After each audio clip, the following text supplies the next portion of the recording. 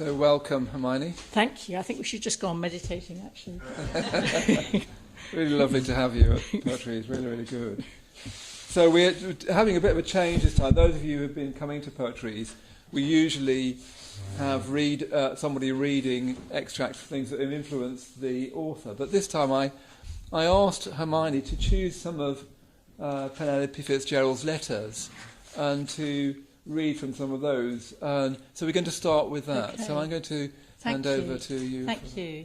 And we wouldn't have these letters to read or read from if it weren't for Terence, who's the editor. So might want to sit here. So I'm going to start with three quite short extracts just bits from three of the letters. The first one was written in August 1989 to her older daughter Tina, and the letter's written while Penelope's writing her penultimate novel, The Gate of Angels, and she's doing some book reviewing, and she's not in particularly good health. She's in her early 70s. She's writing from the home attached to her younger daughter Mariah's house in Hampstead. HarperCollins, her publisher's just been taken over by Rupert Murdoch, whom she loathes and abhors. So you need that reference for the. And she's just been to the Edinburgh International Literary Festival. And there's also a reference in this letter to Westminster Tutors, where she taught A-levels and Oxford and Cambridge entrance exams for many years. It is lovely here, having all my meals in the garden. If only it wasn't for these dreary reviews and this pesky novel. But I must try and finish it now. I dare say Collins, soon to move to Hammersmith as part of Murdoch's economies, would let me put it off, but I can't bear it dragging on, though I feel myself getting stupider all the time. I felt quite grand flying to Edinburgh, I felt quite grand flying to Edinburgh and eating the executive breakfast, orange juice, fruit salad, bacon and egg, and hash brown potatoes, roll, butter and marmalade, and a bran and raisin scone, presumably to prevent constipation. Hermione Lee was very kind, although she clearly thinks I am hopeless about feminism, and says, this is the generation gap. And Marina Warner admits I taught her at the Westminster Tutors, but says I made up my mind for her to give up her faith, and she went straight to Westminster Cathedral to make her last confession. I'm sure I didn't. BP patrons gave us all a vast lunch at some hotel. The festival was in gaily striped tents and marquees, which took up the whole of Charlotte Square, and Edinburgh did look nice in the sun and wind because they'd had rain up there. I made the PR girl come on a bus trip round the city afterwards, so we had to get quite a late flight. And now all the shuttle services are on strike because one of the hostesses has been accused of selling the free executive champagne to the tourist class. Of course they do. So the PA, incidentally, was the young, then very young Karen Duffy, who became a good friend of Penelope's and remembered on another occasion going to the Edinburgh Festival with her, and Penelope took her to an exhibition of Russian art, and she was in awe of how much Penelope knew on that trip. And they got separate flights back, and Penelope wrote to Karen about her flight back. I sat next to an old priest who recited the rosary twice during the trip, but could not open his butter or milk.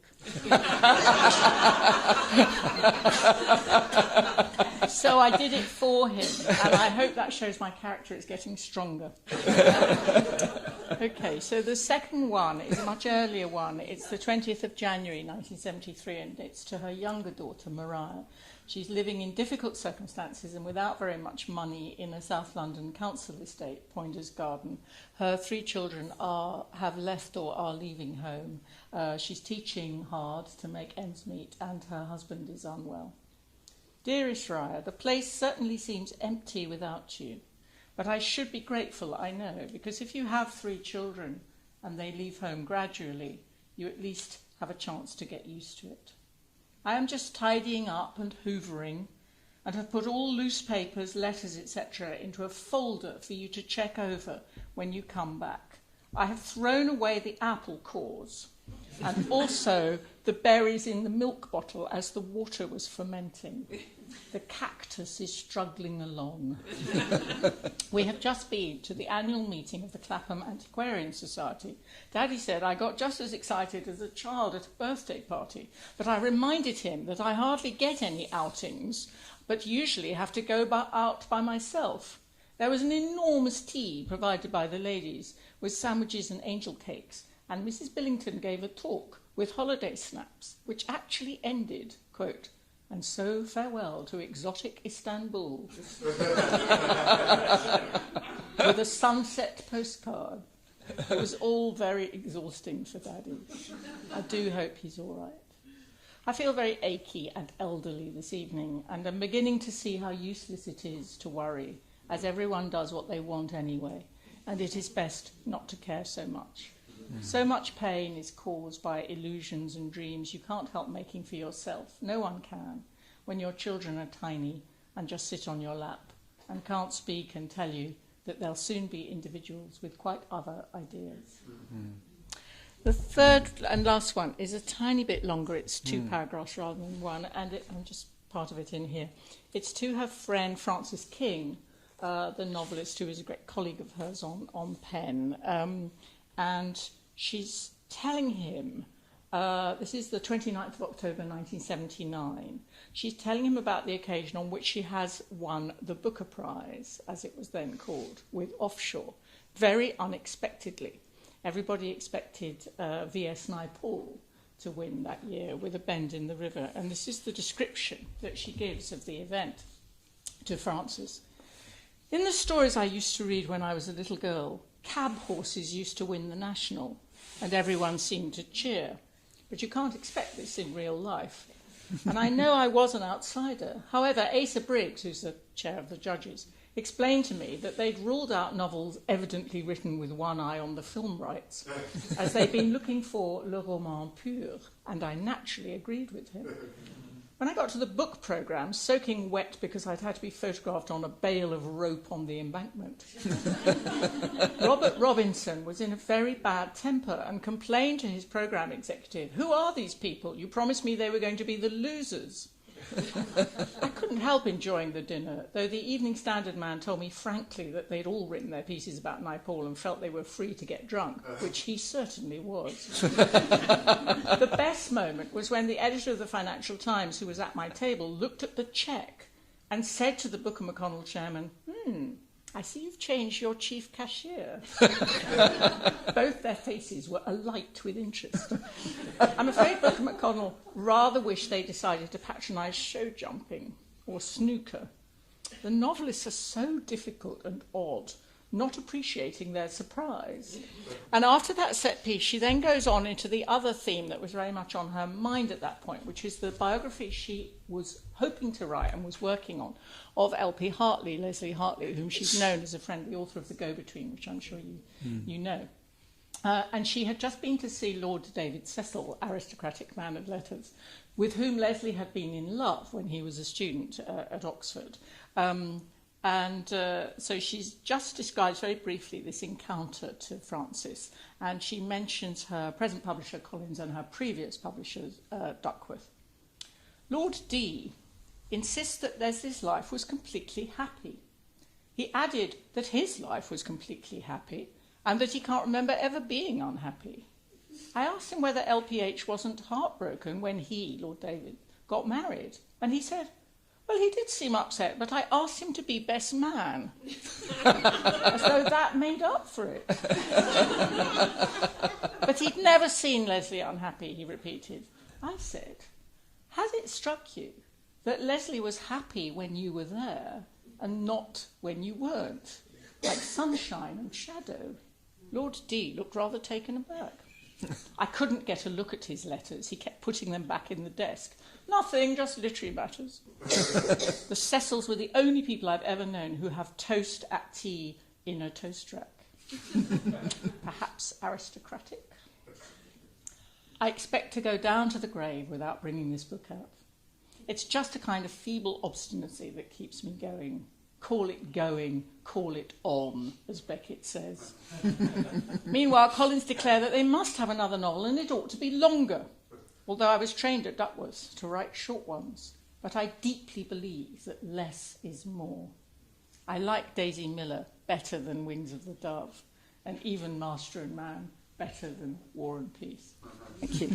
That's great. That's wonderful. So perhaps let's start by saying why you chose those particular fantastic letters. Yes. Well, they're funny and sad, and they have that wonderful sharpness and a sense of getting on with it. I think call it going, call it on. I mean, Beckett is one of her great influences. Actually, people tend to talk about Barbara Pym and Beryl Bainbridge and so on when they're in the same breath. I think it's much better to talk about Alberto Moravia and Samuel Beckett and Turgenev in the same breath as Fitzgerald. And that sort of grim, bleak sense of survival, that you need to survive and do the best you can, and that conditions are not often propitious. The fact that she can be quite savage and sharp. I don't remember at this interview where we were sitting like this in Edinburgh, I don't remember saying, you're hopeless about feminism. Must be the generation gap. I don't remember that at all. So I was very shocked when I read that in the edition. Oh my God, perhaps I shouldn't be writing a biography of her. But, you know, she has a wonderful, sharp way of dealing with people. And I do think the cactus is struggling along. Sort of very autobiographical sentence, actually. Something quite prickly there, and there's a struggle, and there's a determination to endure. So yes, I chose it to show up those. And I love the fact she's so gripped about food. You know, I love the fact she tells you absolutely every single thing she has on the executive breakfast. And I love the fact she says, went to the Clapham Antiquarian Society, it was a vast lunch, a vast tea. Went to Edinburgh, BP put on a huge lunch. You know, so she notes these things. And people in the novels who often actually don't know where their next meal's coming from, are very keen on their food. Yeah, well, that's true. So that's sort of why. That's a wonderful selection. So let's continue with that a bit for a moment. So the obvious question that follows from that for me is, how did you come to write her biography? You met her on a few occasions, didn't you? So I wondered, first of all, what your first impressions were of her, and then how did we go from first impressions to, you know... Well, it came about because Terence asked me, for which I am eternally grateful.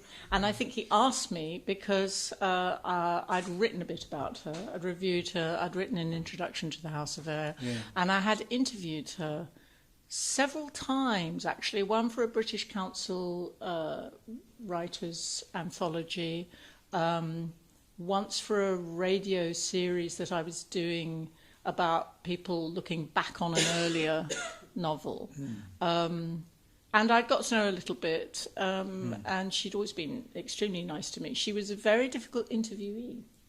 There were lots of things she didn't tell you. She was very eager to talk about other writers and writers that she liked.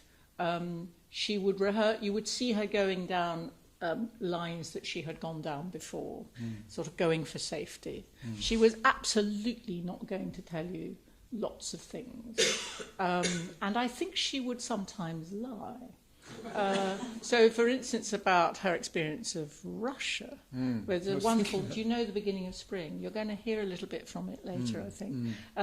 So this is immediately go and read The Beginning of Spring if you haven't. It's an absolutely wonderful novel, which she used to say was her favourite, set in Russia before the revolution. People would say to her, my God, it's amazing how well you have imagined Russia at this time. You must have spent a long time there. And sometimes in interviews she would say, no, I've never been there in my life. And sometimes she would say, yes, I spent very long passages of time. And the truth was that she'd been there for a week on a sort of package tour, as it were, with her daughter. And there's a wonderful photograph of her with her back to the camera looking at the Kremlin. So she was quite willful. And I often thought, once Terence had asked me to do this and I started the work, I often thought, if only I had known when I knew her, you know, when I had met her, if only I'd known that I was going to be her biographer, I would have asked her hundreds of questions that now I can't. But actually, I'm not at all sure that I would have got answers to those questions.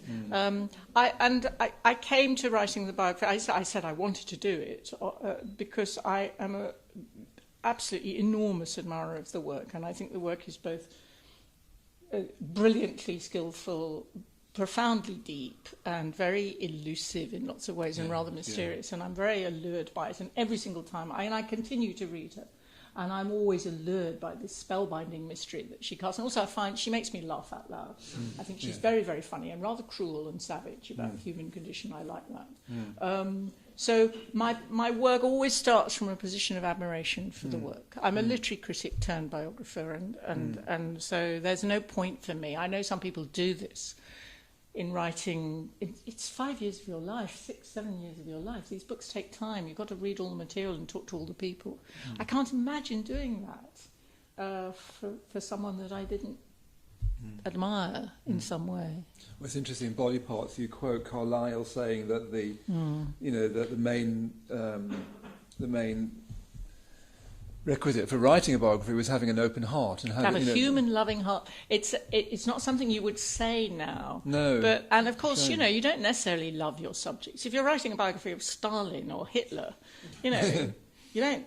The question, did you like them, is not going to arise. But there's got to be some affect. It can't just be another job. There's got to be some passionate involvement, whether it be with the historical period or the people who were the victims of this subject, or it can't be completely neutral. No, but then, of course, it is a job, and you've got to have that distance. And I thought before we say more about Penelope Fitzgerald, I thought it'd be good to talk a bit more about you and how you came to write biography. I noticed, I was just, sort of dipping back into your life of Penelope just today, and I noticed Penelope saying, on the whole, I think biographers are madder than novelists. So I thought I'd quote that to you. Don't know what she meant. And how did you get there, Well, I'm a teacher. I've been in the university system. I'm actually retiring a week today after 47 years in in one academic institution or another, in order to do more writing. So I'm doing my other job after this. But I've been, I was a student at Oxford. I taught in various different places. I used to do a book programme that interviewed writers for Channel 4 when Channel 4 was a serious channel in the 1980s. So I suppose I've always wanted to, this sounds a bit pretentious, I've always wanted to speak the same language, whether I'm talking about a book I've read in a review or writing about an author in a book of literary criticism or writing or talking in the classroom. I have never been able to acquire a kind of specialist technical language for writing about literature. So I guess biography may have been I was probably a refugee from post-structuralism. I just thought, I can't do this. And I got increasingly interested and rather baffled by the way that when I was a student, literature was taught with very little reference to people's lives. I don't know if there was a sort of long shadow of high modernism and Eliot and Joyce and the like, saying, the author should be invisible like God paring his fingernails, or, the person who sits down to the breakfast table in the mess and confusion of their life is not the same person who writes, the poems of Yeats or whatever. And so and it was quite a male concept, I think, that high modernist separation of art and person as well. So I became increasingly interested in these complicated relationships between the life and the work. And I'm a literary biographer. I couldn't write a biography of a mountaineer or, without a lot of training. And so I don't think that you collapse the life into the work. I mean, Penelope is a very interesting example of that, the way in which she intensely uses her own life and at the same time veils it and separates herself in complex and subtle ways. So I don't I don't like the kinds of biographies that say X is Y. This is obviously this person. You get this a lot in Woolf studies. I think it's we all know it's much more complicated than that. So it seems to be one of those interesting areas that you can make too much of the life and the work being together and too much of them being separate. Yes, I know what you mean. There's a very interesting point in Penelope. I'm not sure I'm going to be able to find exactly the quote. I won't bother looking it up. But there's a point where she distinctly says, "Okay, I'm going to stop drawing now on the material of my own life. I've written at least four novels which draw on quite closely on the material of my own life, and now I'm in my late 60s, I think, at this point. So I'm not going to do this anymore." There's a point at which you don't want to feed off the material of your own life anymore. And so at that point she writes these four superb late novels, including Innocence and the Gate of Angels and The Blue Flower and The Beginning of Spring. Those are the four. Where actually you can see her often. If you know about her life and if you recognise the voice, you can see her in there. There's a tremendous amount of her own questionings about religion and spirituality and the relationship between the mind and the body and the soul and the body and the soul, the spiritual and the material life. Highly appropriate for this room, actually. But they're not put in her mouth. They're not put in her mouth. But she is using these historical... brilliantly conveyed historical scenarios to work out some of the things she's thinking about herself. So you're right. It's. I mean, she seems really unusual in that way because you feel that, but you don't feel it's about. You never hear her voice in any of the novels. It comes very close at times. I mean, I think the sequence in Offshore where the wife who's separated from her husband is trying to bring these two girls up on this boat on the Thames, which was her story. There's a sort of dream sequence where there's a kind of interrogation of her as if she's in a courtroom. Why aren't you with your husband? And I find that extremely painful to read that passage, and I feel it must be very, very close to something that might have been going on in her head at the time. But you can't prove it. No. I never quite know where to go because there's so much I want to talk to you about. Jump. I mean, let's go straight to the heart of the matter, which is in your you also call Penelope Fitzgerald a great writer which I was really pleased to hear that word. It's such an overused word. It's overused, and you hear it every day. This is a great sandwich. I'm having a great time. It's a banal word, and so I wanted to reconstitute it for her at the beginning of the book by saying, actually, she might have thought it, but it's not a word she would have used about herself. I think because she would have thought it rather crude as a term. But I think she is. I think she does think, and I think the test probably is she does things that no one else can do, actually. She has her own way of doing things. And she does things that, as you said at the beginning, that seem to take you out of your own stream of thought and expand your mind as you're reading it. And I think that the test of great, too, with her is that she's not a show-off. The world is full of loud and noisy and sensational writers. I mean, sensationally impressive writers. And we're hearing from them again in their late lives. I'm thinking of people like Martin Amis and Salman Rushdie, and boy, do they make a noise, a big, big noise. They fill the world with it. And so they should, they have a massive talent. And I can think of lots of other examples. This is the opposite of what she's like. This may be a gender difference, I don't know, because Doris is another thing again. It's very big, but there's a kind of quietness, there's a kind of reticence, there's a kind of evasiveness. I don't like to explain too much, she would say. I don't like to tell the reader too much. I feel I'm insulting the reader if I tell them too much. The books are short, less is more.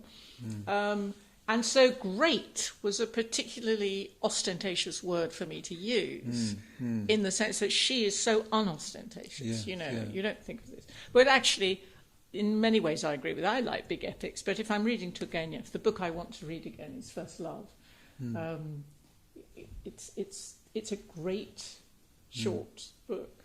I mean, the word really should stand for something above even major work, isn't it? It's trying to say something that no word is very good at, but that there's something about Fitzgerald's writing to me that is like a step change from even very good writing. Yeah, and also I think with some writers there's just one book.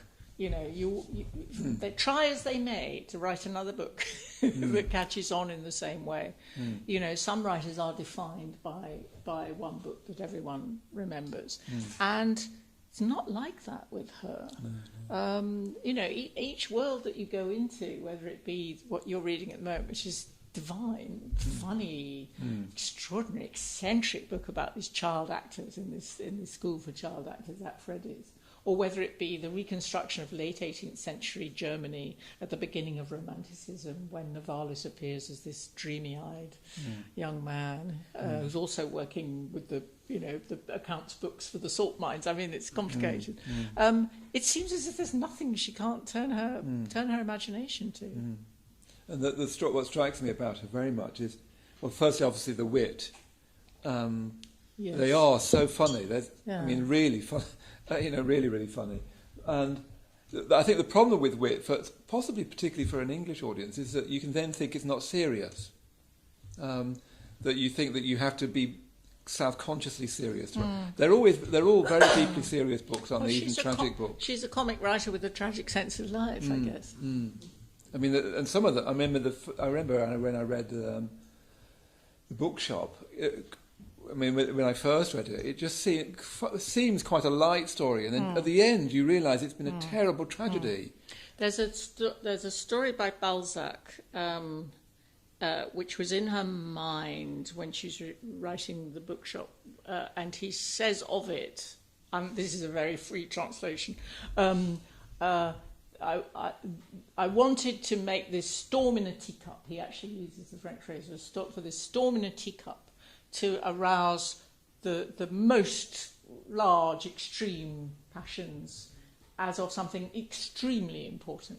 And we all know in our workplace, in our family lives, waiting at the bus stop, as it were, we all know how some tiny little bit of grit or misunderstanding or contretemps can arouse the passions with which people could conquer an empire or destroy a city, but they happen to be taking place in the staff room. And we all know that.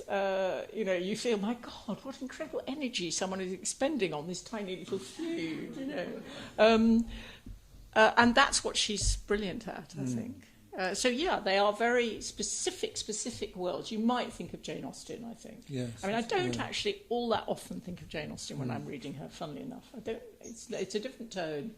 But that's the thing, I think, that's quite similar, which is it's a very brilliantly circumscribed world. You absolutely get it from page one. If you read the first page of The Blue Flowers, everyone in this room has read The Blue Flowers. Now, tomorrow.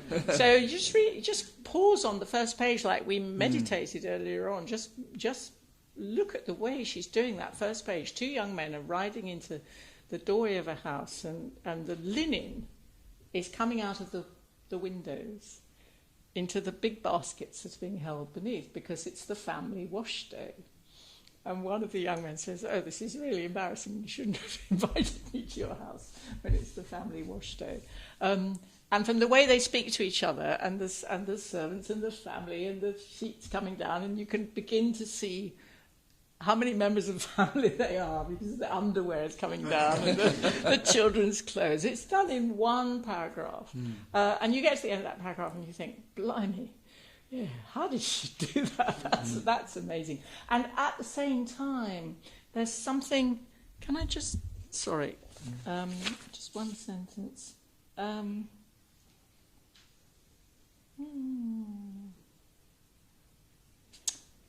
underwear of children and young persons, as well as the larger sizes, fluttered through the blue air as though the children themselves had taken to flight.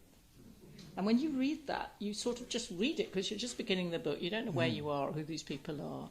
The word blue is in the first paragraph. Oh, what a genius.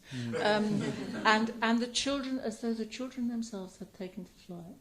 And later, that thing of the angel, the children have become angels, is going to come back. And the unbearably tragic last paragraph. Don't give it away. She hasn't read it. I mean, it reminded me of something else that I was saying, read from your biography, which is that when she was saying that life is not important enough to be tragic and too serious to be comic. I was really struck by that. That and she's got this wonderful balancing, hasn't she, of the tragic and the comic. But there's also, I mean, we're talking about her style and language and what she manages to do, but there's also, I think, something national and something tribal about this particular kind of irony and humour and sharpness and dryness too, wryness and dryness. So it's English, it's very English. I think it isn't actually like Balzac, although she takes that mantra from him. And it's also very much, I think, to do with her family history. And she was Penelope Knox. She was she was the product of this extraordinary family of brothers about whom she wrote a very, very brilliant group biography, early example of a group biography called The Knox Brothers, which I greatly recommend, which is hilariously funny about the peculiarities and eccentricities of this family who were a mixture of scientists, literary editors, priests, saints, skeptics, Anglo-Catholics, Roman Catholics. Ronnie Knox, anyone remember Ronald Knox, whose conversion to Catholicism was a huge, big scandal at the time, major thing. Very famous guy. Did his own Bible. It was a household name, Ronald Knox, actually. Dilwyn, who worked at Bletchley with Alan Turing. Her father, who was editor of Punch. Her other uncle Wilfred, who was a deeply eccentric Anglo-Catholic member of a small community which she clearly sort of yearns towards. And they all were ferociously competitive as she was. She would cheat at games with her 5-year-old grandchildren. Had to win at Ludo. I believe she even cheated at cards with her husband when he was on his deathbed. But that's one of the less savoury stories about Penelope Fitzgerald. She had to win. She would do the Times crossword in 2 minutes flat when she was a student. She hated anybody else at Somerville at Oxford being as good as she was. And they were very competitive. They played games like their lives depended on it. They were all clearly completely brilliant, mercilessly teasing, and absolutely unable to express their emotions fully and directly. There was a tremendous culture of, you didn't say what you felt. You didn't express your emotions. You didn't weep. You didn't hug. You didn't tell people you loved them. And all that's in the work and in her character, I believe, too. It's incredible in her life that, through the biography, that she goes from that to a barge literally sinking on the Thames. Yes. And a life really of quite a real hardship. I mean, I'm really struck by your writing about her living on the barge.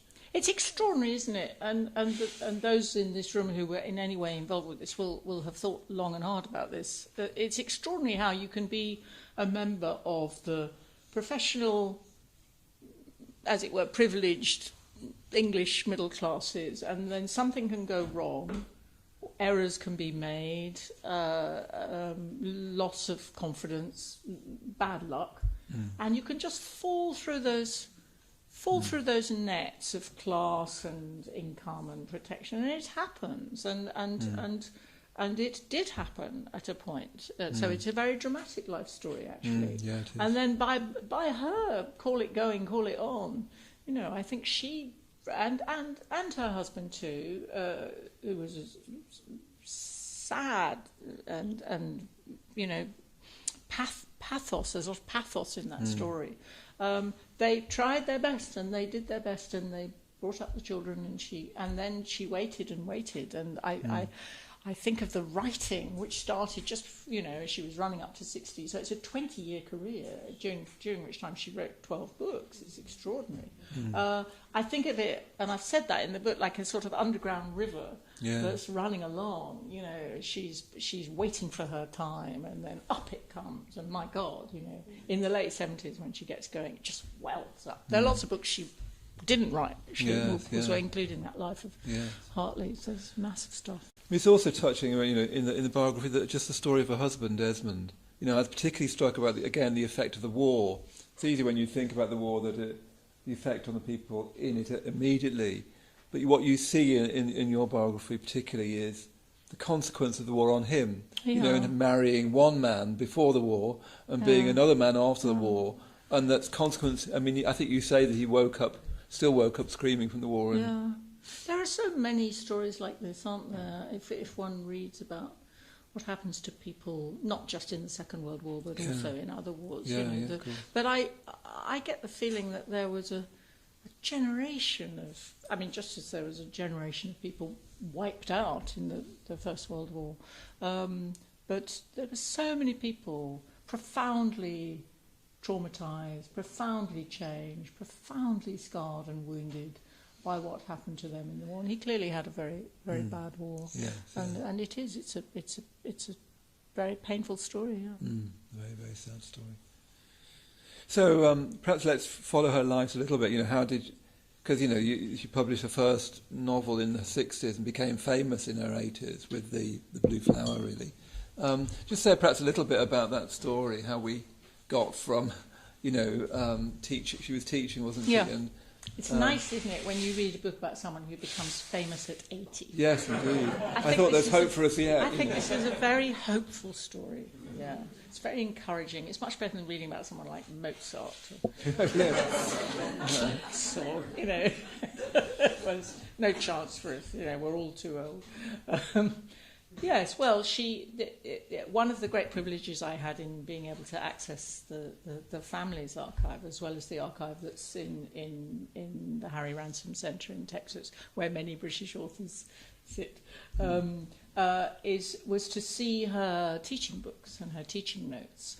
And because the barge sank, as you say, and quite a lot of things went down with the barge, and many of these books have still got slightly yellow, wrinkled pages. That was a moment to see those, but also to see the extraordinary scrupulousness and professionalism with which she prepared her lessons and did her teaching. Acres of notes on Beckett. I'm absolutely gripped by that. And you can see, it's not just teaching. She's marking up things that she's gripped by and interested by, and a lot of this is going to come to fruition. She's a very literary writer, and she buries this. Her characters aren't necessarily literary people. Daisy in the nurse in The Gate of Angels. She's a working class girl. She's not somebody who's been reading, Balzac, and so there's an interesting difference between a lot of characters. There's a wonderful moment where Daisy wakes up in a room where it's not her, it's a Cambridge Don's house, and the bathroom tiles have got a design of the story of Pelléas and Melisande. This is a classic thing. So she says nothing more about that. So you're left to figure, has Pelléas and Melisande got anything to do with this story? Is Daisy kind of disappearing magic figure like Melisande? So that's a tiny example of how she layers and layers and layers these short books with her own reading. And I think the books come out of, that nothing is wasted, those years that felt to her often like drudgery, and she often says, I'm not making this up, she says this often in the letters to her family, are fruitful years in some ways, because out of this comes these extraordinary mature works coming like Athena from Zeus's forehead. There's no apprentice work. It's right out there immediately. And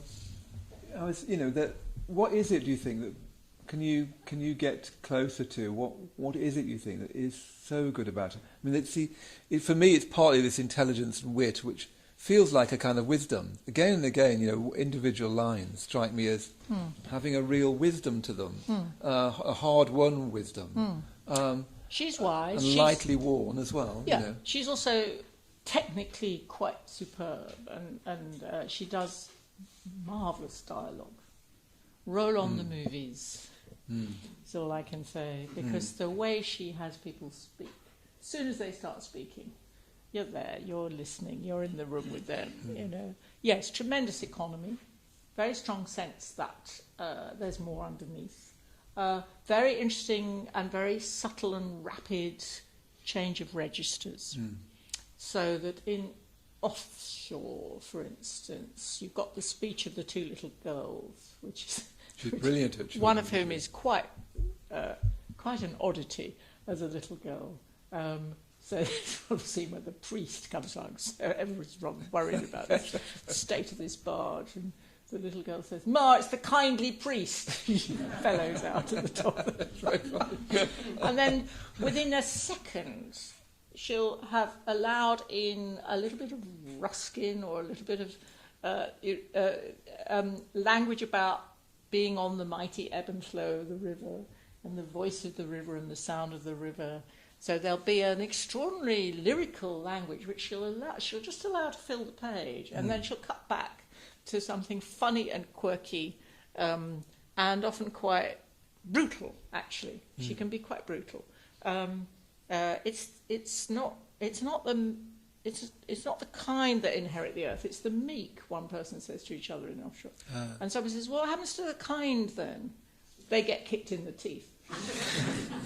So, it's a mistake to think of this person as a kindly old lady writing nice novels about English bourgeois life. That's a big mistake. And that's why it slightly riles me when people start saying, "Oh, she's just like Barbara Pym, isn't she?" Not that I've got anything against Barbara.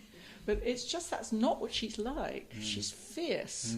She has a sense of the black gulfs under people's lives. There's a lot of violence, actually. I mean, tremendously violent, frightening, violent scenes. Most people remember the operation on the young woman without an anaesthetic, which she took from Fanny Burney's diaries, or largely was inspired by Fanny Burney. But there are very savage, brutal scenes in these. There's a lot of blood in Fitzgerald, actually. So this isn't a softie. No, not at all. And yet she's. I remember someone in the notes that you quote. She says, "Not too much." Not too much. This needs to be strong, not too much. Underlined. Well, one of the things she said to me, and if she said it to me, she would have said it to lots of other interviewers, was that she regretted having done not too much of her religious feelings in her work. She would quite often say this in interviews. She said, "I am religious, and I regret not having put this more directly into the work." And that was something that I would have taken issue with her, because it seemed to me that it was exactly the right amount. And that what's there is a sense of the possibility of something beyond your philosophy, as it were. That there is more to life than life itself, that there is more than we can actually get and apprehend, that there are going to be mysteries and inexplicable things. And she clearly believes in a world beyond the world we know. In the sort of joke version, or rather alarming joke, but the kind of down-to-earth version of that, in a way, is a very alarming poltergeist scene in the bookshop. The bookshop is haunted by a poltergeist. And she describes the poltergeist in a very sort of matter-of-fact way. The plumber comes and says, "So, the poltergeist's been after my spanners." And the poltergeist scene, where a woman and a young pubescent girl, as is the way with poltergeists, are caught in the house, and the poltergeist is having its way with them, as it were. The house is shaking. It's terrific. It's very alarming. Now, I don't know how many people in this room believe in poltergeists. So I said to Penelope Fitzgerald on one of the times I interviewed her, I said, this thing about this poltergeist. I mean, what? It's not true, is it? I mean, it's... And she was very withering with me at this point. And said, "Well, people who don't think it's true, they just haven't been there." And there's absolutely, and you believe, my God, you certainly believe it while you're reading the novel, even if in your normal life you don't actually happen to believe in poltergeists. But she does, she thinks there are such strange things beyond our understanding, rational understanding. She thinks that there is a life of the spirit beyond the life of the body. And she believes in the possibility of miracles. There's a miracle in the Gate of Angels. And while you're reading that book, you believe it. But she doesn't put her foot on it in the way that Lawrence says, don't put your foot on it if you're writing a novel. You know, don't go full blast and teach people. You said early on, it's not about moral instruction. It's not. It's about making you question your assumptions. And I want to just sort of finish by, in a way, going back to that question, must we have lives? You know, we've got the novels and, you know, wonderful novels, and we've got our own biographies, and then we haven't mentioned her book of short stories, which, wonderful, you know, really wonderful, really wonderful. The again, Means of Escape, it's called. Yeah, really worth it. I mean, again, Savage, you know, the first one is, you think, you know, that ghost story, it's fabulous, you know.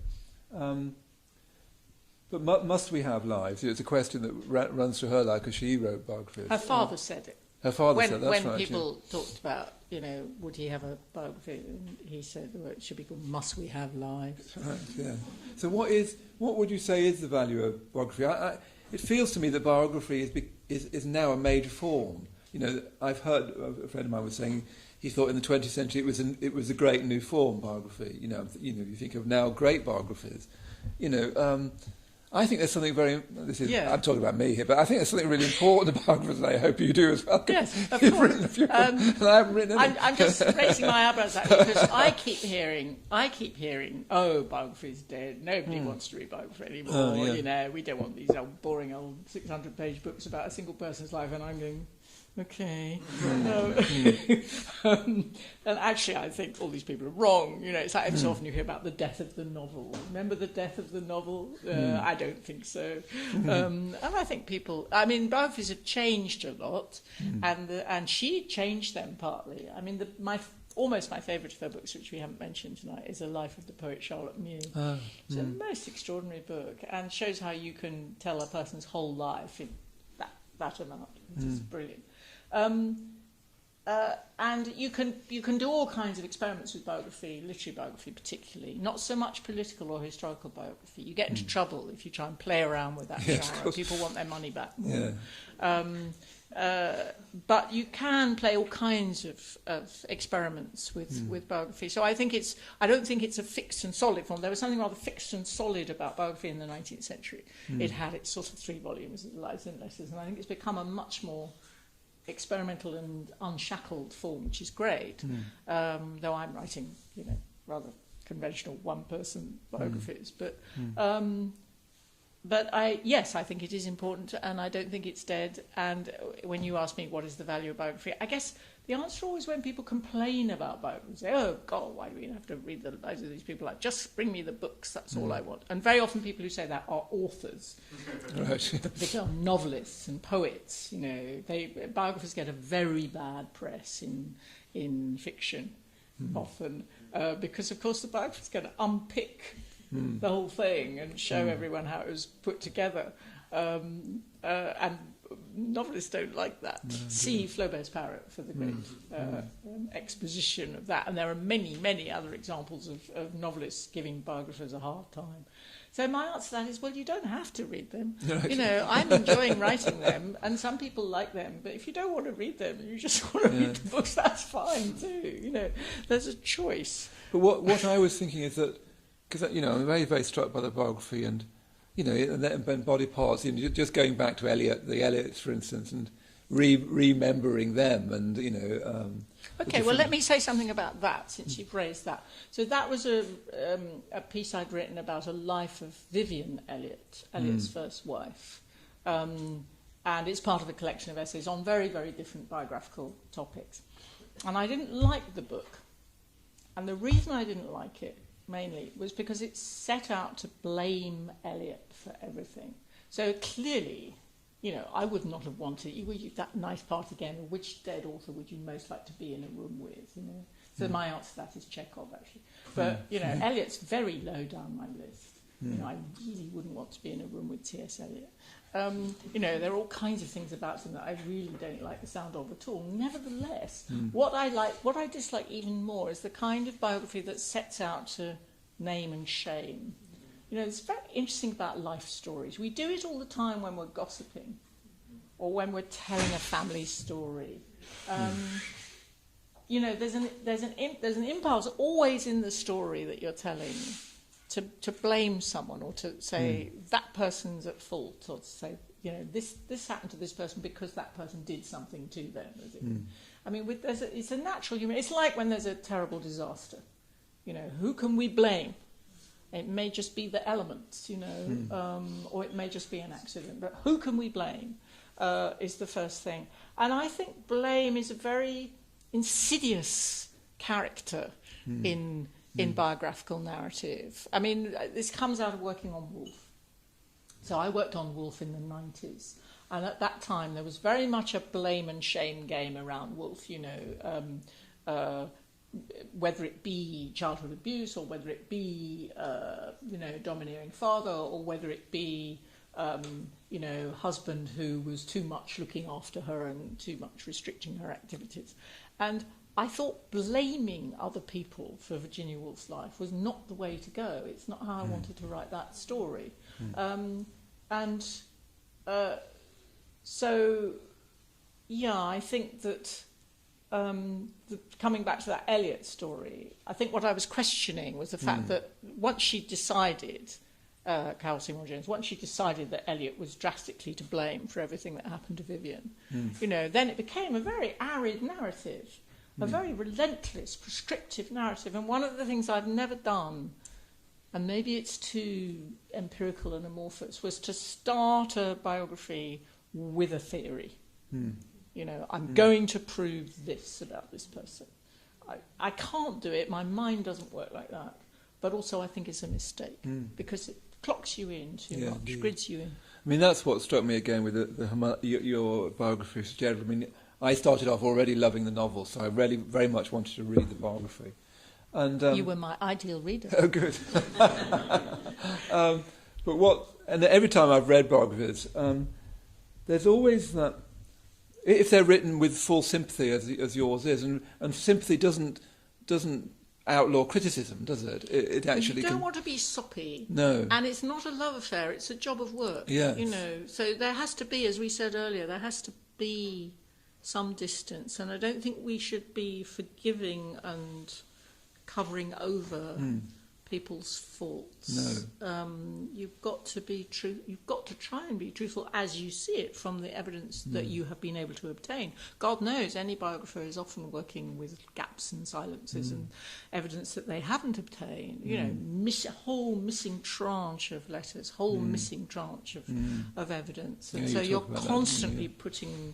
Well, that's why I call that book Body Parts. It's always fragments and bits. And that just takes me back to Fitzgerald, finally, that when she's writing about Charlotte Mew, for instance, and when she's writing about Novalis in The Blue Flower, she is very, very interested in fragments, bits, tunes, little fragments of tunes, dreams, scenes that you just remember flashing through your mind, moments that will come out into a very short paragraph. And actually, there's a truth to life about that. She unifies it and she structures it, but she does bring you the lives that she imagines through, like a wonderful glowing mosaic. That's a great place to finish. Thank you very much, Hermione Lee.